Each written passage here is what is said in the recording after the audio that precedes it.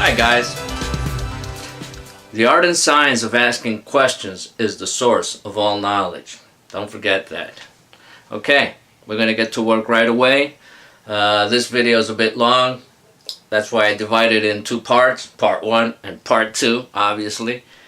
Take your time, work it out, do it. This is all very beneficial for you, okay?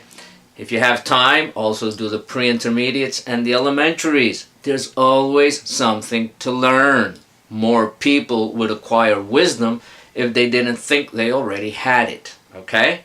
There's always something to learn. Okay, let's get to work right away. Come on. Okay, guys, let's get to work. Let's pull up the file. And this is the file. Developing a global brand. It's just an excerpt of a file, really. Okay. Let's see. Sumaspa needs to reposition it for the global market. Initial research suggests that sumo is perceived as a Spanish drink is the answer. What is the question? By now, I suppose you already know that the formula for asking questions is question, word, auxiliary, subject, verb. Okay? This does not change regardless of what level you are in, beginner, elementary, pre-intermediate, or intermediate. Okay? It is always the same. That's why grammar is your best friend. It never changes. It's unconditional, and it's always there for you when you need it. So let's get back to our sentence here. What's the subject? The subject is the thing that we are talking about. And in this case, the subject is sumo. Okay? And the sentence says that sumo is perceived as. So what is this saying, actually? Or let me rephrase that question. Is this an active sentence or a passive sentence? Because if sumo is the subject, is this subject performing the action or is it receiving the action? Well, sumo doesn't do anything, at least not in this sentence. It is receiving the action, because the act of perceiving is done by people, not by sumo. So this is a passive voice sentence. Shall I make a quick review on passive voice? Yeah, maybe. Okay, let's make a quick review on passive voice. We'll do it over here.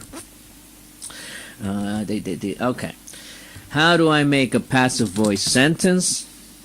Subject plus a form of the verb to be and the verb in the past participle. Okay?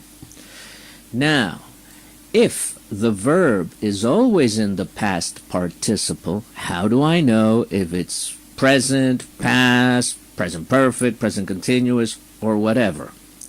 I will know by the form of the verb to be. Okay? If it's in the simple present, the form of the verb to be will be is. If it's in the simple past, it'll be was, and etc. Okay? So, that is for passive voice. Okay, having this in mind, we will ask the question. Okay? Because the question must be also in a passive voice form. So, let's start with our question word. So, the question word is how, form of the verb to be, is, okay, because that will be the auxiliary. How is what? Our subject is sumo, and what's the verb? Perceived. It is a regular verb, so regular verbs are the same in simple past and past participle. Okay, so let's go back to the information here. And, okay, so how is sumo perceived? And I could give a little more information here, okay? Who says this? Where do I get this? Through initial research. So the correct question would be, how is sumo perceived according to what, or according to who? According to initial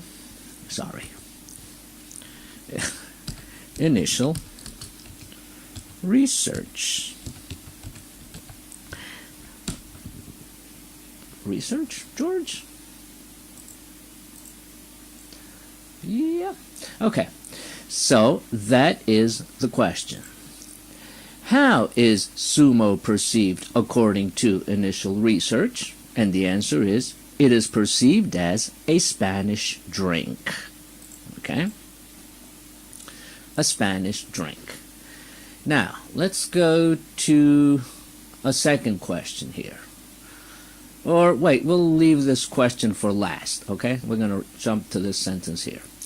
Sumospa would like to launch a campaign focusing first on South America, Mexico, the southern states of the U.S., and Japan, where they have regional offices. Okay, the answer is global.